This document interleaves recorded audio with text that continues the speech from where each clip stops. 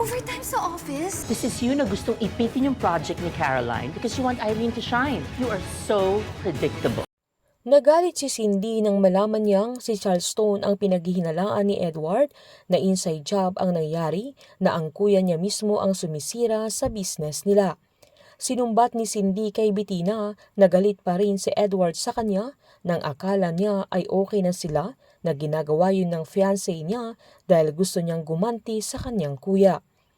Pinaliwanag naman ni Bettina na posible ang bagay na yun dahil ang tagal na wala ang aya niya na paano kung ginagawa niya yun para labanan at maghiganti sa papa nila na hindi nila alam kung anong rason niya kung bakit bigla siyang bumalik mula Amerika na sinumbat ni Cindy na mas pinapaliwalaan pa niya si Edward kesa ang kapatid niya na giniit naman ni Bettina na hindi yun totoo dahil alam niya kung gaano niya kamahal ang kuya niya.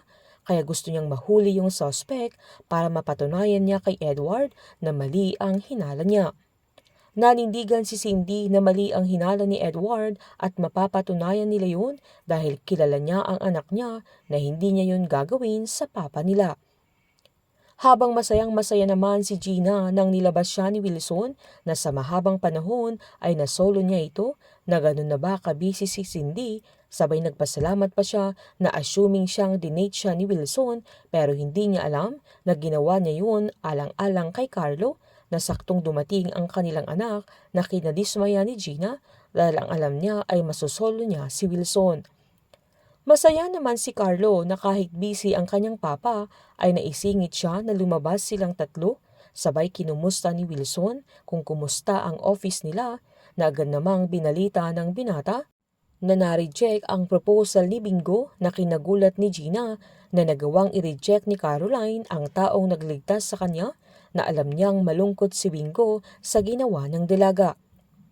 Pinaliwanag ni Carlo na very professional si Caroline kung paano niya pinaliwanag sa binata kung bakit yun ang desisyon niya na lahat yun ay valid. Giniit pa ni Wilson na kung maa-approve ang isang bagay dahil sa utang na loob ay hindi totoong nanalo si Bingo na giniit pa ni Carlo na mabibigyan pa siya ng pangalawang pagkakataon dahil na din kay Caroline. Sinaad pa ni Wilson na sa business ay madaming maririnig na no pero wag mawala ng pag-asa at wag sumuko hanggang hindi makukuha yung salitang yes na naiintindahan naman ni Carlo ang point ng papa niya na yun ang gusto niya kay Bingo ay may perseverance ito. Habang nagiinuman naman sila Bingo at Snoop ay giniit ng binata na hindi siya susuko na kung ayaw ng GLC yung OPIP niya ay ibebenta niya sa may gusto na mas hinangaan siya ni Snoop dahil palaban ang kaibigan niya sabay sinabing huwag niyang ipagsiksikan ang sarili niya kung masasaktan lang siya na dapat sa taong gusto din siya. Giniit pa ni Bingo na magsisisi sila kung makukuha niya yung oo ng iba. Sinaad pa ni Snoop na parang wala silang pinagsamahan ni Caroline na yun ang kinagagalit ni Bingo pagkatapos niyang tulungan ang dalaga sabay sinabi niyang mabuti pang hindi na niya makita si Caroline. Sa pag-uwi nila na lasing ay napagtanto ni Bingo na nasa bahay nila si Caroline kaya agad-agad siyang umuwi. Sakto namang tinatanong ni Monching kung hindi pa ba umuwi si Bingo na agad namang sinabi ni Lola Nene na tumawag lang ang binata upang ipaalam na hindi niya nakuha yung grant na 1 milyon na kinalungkot ng papi niya kaya sinabi niyang siguradong bad trip ang binata kaya hayaan muna nila ito. Nang kumakain na sila ay naalala ni Monching si Caroline dahil sa sapsap na niluto ni Lola Nene. Sakto namang dumating si Caroline na kumakain na sila kaya sumabay na ang dalaga na halatang na-miss nila ang bawat isa. Hindi inaasahan ni Lola Nene at Munching na dadalaw ang dalaga sa kanila. Nakwento pa ni Aling Nene na hindi na-approve yung proposal ni Bingo na sinabihan niya si Caroline na dapat ay tinawagan siya ng binata para magkita sila doon na hindi nila alam na siya mismo ang isa sa mga panelists at siya ang nag-disapprove sa OPIP ni Bingo na hindi niya maipaliwanag sa kanila.